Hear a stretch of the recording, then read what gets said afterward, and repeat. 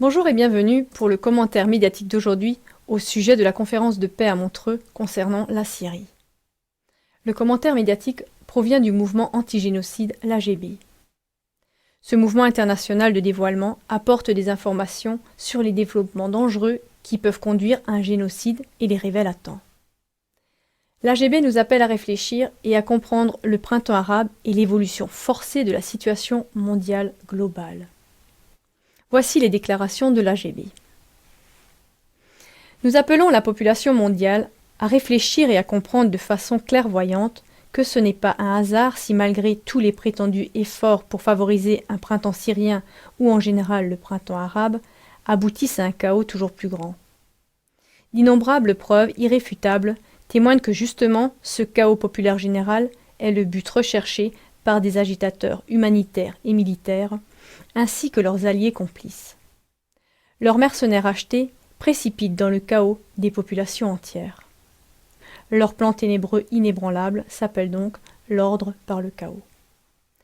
Une couche dirigeante qui aspire à la domination mondiale attise depuis des décennies de façon délibérée le chaos mondial actuel. Leur but est le suivant. Les peuples doivent être tellement déstabilisés et devenir tellement incontrôlables qu'enfin tout le monde aspirera à une main puissante qui fera régner la paix, le calme et l'ordre. C'est cette couche dirigeante qui aspire à la domination mondiale et qui a organisé ce chaos, qui veut elle-même répondre à ce cri comme étant leur sauveur. Les buts bien définis de cette couche dirigeante sont leur souverain mondial programmé, leur religion mondiale, leur monnaie électronique mondiale. Est-ce que ce sont les Américains qui définissent de tels buts? Est-ce que ce sont les Israéliens, les Anglais ou les Français qui font de telles choses? Non, ni les uns ni les autres. Parce que la masse du peuple américain ne veut rien d'autre que la paix. La majorité du peuple israélien veut la paix. Les peuples anglais et français aussi dans l'ensemble veulent la paix.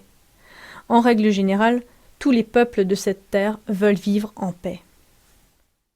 Mais ceux qui ne veulent absolument pas vivre dans le repos et la paix, c'est cette couche dirigeante active au niveau international qui travaille sans relâche dans leurs embuscades ténébreuses. Cette couche supérieure, dont fait partie à peine 1000 personnes, détient presque la totalité de la finance mondiale. Par ce biais, ils manipulent à souhait les peuples dans le chaos. Les plus grosses multinationales mondiales d'armement sont entre leurs mains.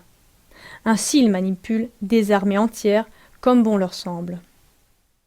En plus de cela, toutes les plus grosses multinationales sont aussi entre leurs mains au niveau mondial. Les masses médias, les multinationales pharmaceutiques, alimentaires et pétrolières, etc. Même les politiciens de tous bords, les systèmes d'éducation et de justice sont tombés dans leur dépendance la plus totale. Leur puissance économique domine la globalité de la politique de l'Occident et du Proche-Orient. Cela a été prouvé une fois de plus lors du Forum économique mondial de Davos. Ceux qui ont pu déchiffrer à temps ce plan de domination mondiale étaient, en plus de l'Irak, de la Libye et de la Syrie, etc., l'Iran, la Russie et la Chine. Jamais ces dernières puissances ne se soumettront à ce nouvel ordre mondial fomenté par cette classe dirigeante conspiratrice. Même pas maintenant alors que celle-ci vient dans son habit de sauveur et propose une paix mondiale et la prospérité pour tous. Chers téléspectateurs, si ce point de vue de l'AGB est juste, alors il vous serait facile de pronostiquer précisément à quiconque n'est pas informé l'évolution future de la situation mondiale au niveau politique, économique ou religieux, parce qu'alors chaque effort pour un sauvetage économique, pour une paix religieuse ou mondiale, conduira seulement à un chaos toujours plus grand, jusqu'à ce qu'un appel mondial commun se fasse entendre pour que vienne un dirigeant mondial grand et fort. Mais les pays tels que la Chine, la Russie ou l'Iran, etc., qui ont discerné les agissements insidieux de cette classe dirigeante qui aspire à la domination mondiale, tous ces pays seront discrédités et calomniés de toutes les manières possibles et traînés dans la boue jusqu'à ce qu'une troisième guerre mondiale contre eux semble justifiée. L'AGB préconise ce qui suit. Aucune armée de ce monde ne doit continuer à se mettre à la disposition de ces initiateurs de chaos.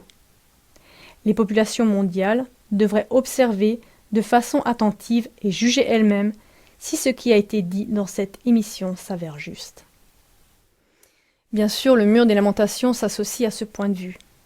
Pour connaître toutes nos contributions au sujet de la Syrie, vous pouvez regarder les émissions que nous avons tournées à ce propos.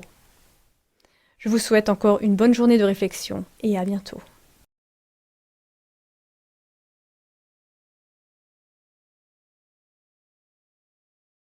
Bonjour chers téléspectateurs, voici de nouveau un commentaire médiatique. Aujourd'hui nous allons vous parler des événements qui se passent à Kiev, la capitale ukrainienne. Comme nous pouvons le voir depuis plusieurs mois lors des manifestations en Ukraine, les mêmes scènes se répètent de façon toujours plus évidente. Quiconque aura étudié avec attention notre commentaire médiatique de hier, l'ordre par le chaos, pourra un jour après tirer ses propres conclusions. C'est un schéma de manifestation parfaitement identique qui traverse tous les pays dont les gouvernements ne s'inclinent pas devant le diktat du nouvel ordre mondial. Leur diktat s'appelle « Démocratisation et capitulation à tout prix sous le nouvel ordre mondial ». Ce nouveau prix comprend aussi, dans le cas de l'Ukraine, la soumission à l'Union européenne. Mais si, lors de ce processus de démocratisation obligatoire, un président élu légalement, tel que Yanukovych, rejette la fusion par contrat avec l'Union européenne, l'enfer se déchaîne. Alors en Ukraine, il se passera d'un jour à l'autre la même chose qui s'est passée auparavant en Tunisie, en Égypte, en Irak, en Libye, en Syrie, etc. Tandis qu'un nombre incalculable de témoins oculaires neutres et indépendants dans chacun de ces pays ont juré que chaque manifestation, sans exception, est orchestrée depuis l'étranger et que toutes sont attisées par toutes sortes de vandales payés, les médias principaux, à la botte des puissances occidentales, jurent fidèlement que, comme à l'image des printemps arabes, ces différentes manifestations sont le reflet d'une volonté de la majorité démocratique malheureusement opprimée. Voici comment cela se passe réellement. Ce sont des citoyens ukrainiens indépendants qui nous l'ont rapporté pour le mur des lamentations sur place à Kiev. Le mur des lamentations garde encore des témoignages concordants à travers le monde qui ont été aussi confirmés par le mouvement international anti-génocide dans notre émission de hier, l'ordre par le chaos. Dans toutes ces mesures de démocratisation à travers le monde, il s'agit en réalité non pas de démocratisation, mais bien plus d'un passage forcé où la mise en place obligatoire d'un nouvel ordre mondial se révèle d'ores et déjà être une dictature mondiale sans merci dans chaque manifestation fomentée et dans chaque nouvelle guerre.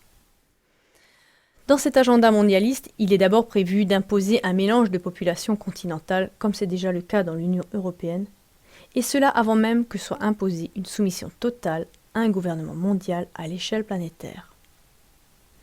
Cela veut dire un dictateur mondial, avec une monnaie mondiale, une armée mondiale et finalement aussi une religion mondiale. Cependant que Dieu nous protège de celle-ci. Persévérez avec nous et faites connaître le mur des lamentations partout où vous le pouvez. Car l'ordre par le chaos sous-entend un chaos à venir encore plus grand. Et ce chaos, il s'agit justement maintenant de discerner et d'empêcher ensemble. Nous vous disons à bientôt, c'est notre studio de Strasbourg.